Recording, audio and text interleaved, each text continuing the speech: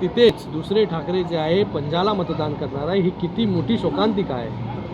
कधी कोणी विचार केला नव्हता की बाळासाहेबांचं नाव घेऊन, हिंदुत्वाचं नाव घेऊन, सावरकरांचं नाव घेऊन ज्यांनी इतके वर्ष जे आहे राजकारण केलं, आज त्यांचे विचार विकण्याचं काम जे आहे हे राहिलेल्या शिल्लक सेनेने केलं, त्यांच्या प्रमुखांनी केलं।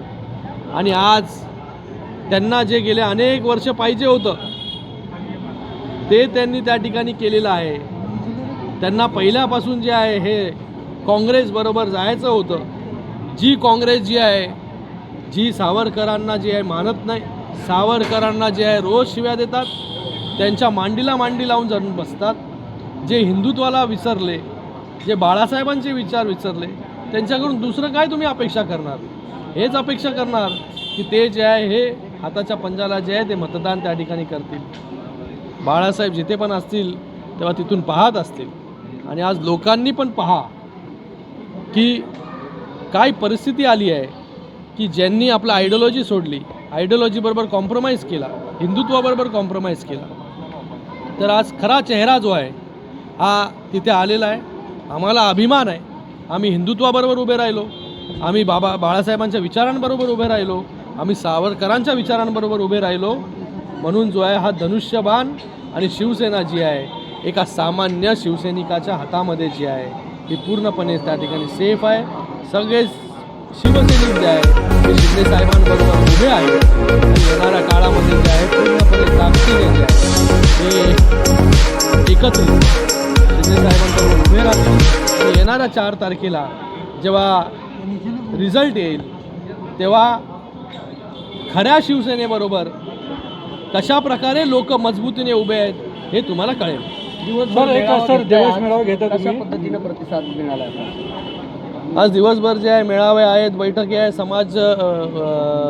समाजाच्या मेळावे आहेत।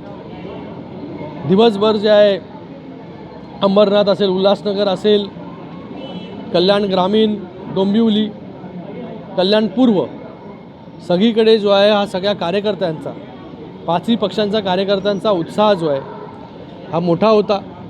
सगळे उत्साहित होते आणि सगळ्यांनी एक निर्धार केलेला आहे की या कल्याण लोकसभेमधून जे आहे महायुतीच्या उमेदवाराला जे आहे एका मोठ्या मताधिक्याने जे आहे हे निवडून द्यायचं आहे। म्हणून सगळे कामाला लागलेले आहेत। मेळावे देखील उत्साहात पार पडले। तर येणाऱ्या 20 तारखेपर्यंत सगळे घरोघरी जाऊन डोर टू डोर प्रचार करणार आहेत, मॅन टू मॅन मार्किंग करणार आहेत आणि त्याचबरोबर केंद्र सरकारच्या माध्यमाने, राज्य सरकारच्या माध्यमाने आणि या कल्याण लोकसभेमध्ये झालेला जे विकास कामं आहे, डेव्हलपमेंट जे आहेत हे लोकांपर्यंत घेऊन जायचं काम त्या ठिकाणी करणार आहेत। सर, एक महिला मनसेने मोठा महायुतीचा मेळावा आयोजन केला आहे, तुम्ही त्या उपस्थित? एक मेला जाणार आहे। 1 मेला मनसेचा मेळावा आहे, तर त्या मेळाव्याला नक्कीच उपस्थित राहणार आहे। कारण की मनसेने जे आहे, माननीय राजसाहेबांनी जे आहे हे बिनशर्त पाठिंबा जो आहे तो महायुतीला दिलेला आहे। त्यांच्या येण्यामुळे जे आहे ही ताकद जी आहे ही महायुतीची अजून वाढलेली आहे। राज ठाकरे यांची सभा आपल्या लोकसभेमध्ये होणार आहे का? काय अजूनपर्यंत तसं नाही, पण झाली तर आनंदच आहे आम्हाला सगळ्यांना।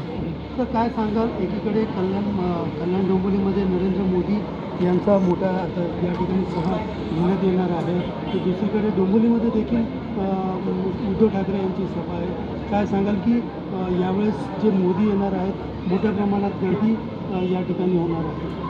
मग 10 तारखेला जे आहे ह्या देशाचे यशस्वी प्रधानमंत्री नरेंद्र मोदी साहेबांचा मेळावा कल्याण वेस्टमध्ये जो आहे हा आयोजित केलेला आहे।